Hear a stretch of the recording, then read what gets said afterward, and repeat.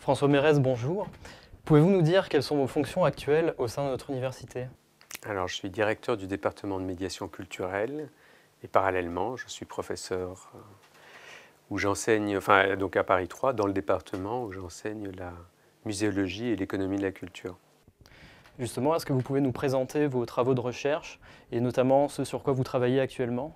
J'ai beaucoup contribué, et je continue de contribuer à la définition du champ de la muséologie à travers justement de la recherche qu'on peut considérer comme métamuséologique, c'est-à-dire la définition même du champ et la réflexion sur la muséologie comme discipline, à partir effectivement, je dirais, des différents concepts qui la composent. Ça, c'est un des premiers axes. Le deuxième pour lequel j'ai été partiellement engagé, c'est autour de l'administration du musée, de l'administration de la culture de manière un peu plus générale que j'ai décidé de consacrer un peu de temps, à partir bien sûr donc de mes propres préoccupations qui à l'époque, quand j'ai commencé ces travaux, étaient directement liées à la gestion d'un musée, et puis de manière un peu plus générale, à essayer de voir quels étaient les liens entre notamment le monde des musées et le monde de la culture de manière un peu plus globale, les industries culturelles et le développement en tout cas de celles-ci dans le monde actuel.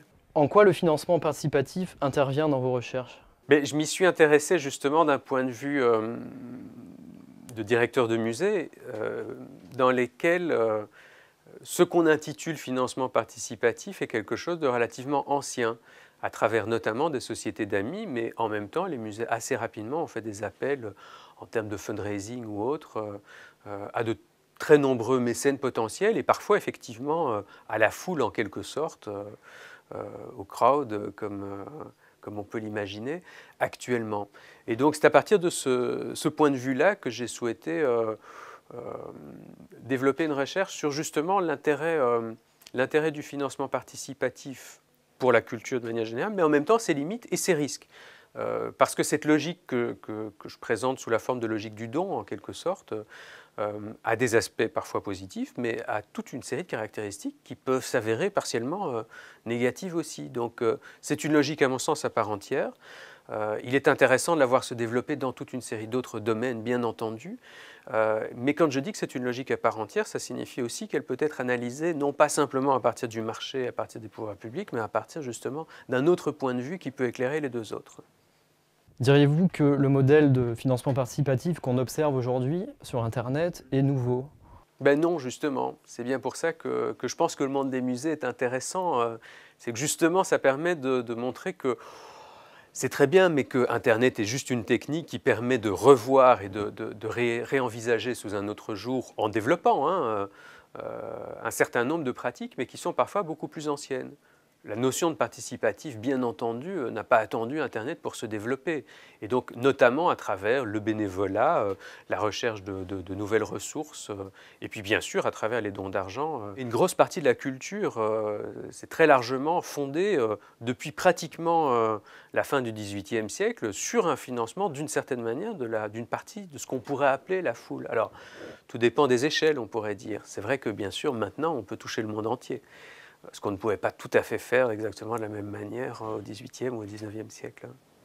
Quels seraient les enjeux artistiques qui pourraient être liés au financement participatif? Je ne suis pas sûr qu'on puisse parler d'enjeux artistiques par rapport à du participatif. J'y crois pas en tout état de cause. Et je pense justement que la longue durée permet d'avoir un tout autre regard, parce que c'est très bien d'imaginer un modèle où on pourrait préserver la diversité culturelle. J'y crois absolument pas. Voyant justement les effets pervers et toutes les tentatives qu'on a fait au niveau notamment du secteur des musées que je connais assez bien pour tenter de maîtriser, parce que c'est très bien d'avoir du participatif, mais il faut aussi pouvoir le gérer et pouvoir le maîtriser. Si on n'en a pas la maîtrise en quelque sorte, ou si on n'accepte pas de se laisser emporter par ça, ou qu'on refuse un peu trop, ou qu'on souhaite un peu trop catégoriquement s'enfermer dans la maîtrise, je pense qu'on loupe beaucoup d'enjeux. Ça signifie à mon sens qu'on ne peut pas envisager les choses de ce point de vue-là. Et je pense que ce serait au contraire peut-être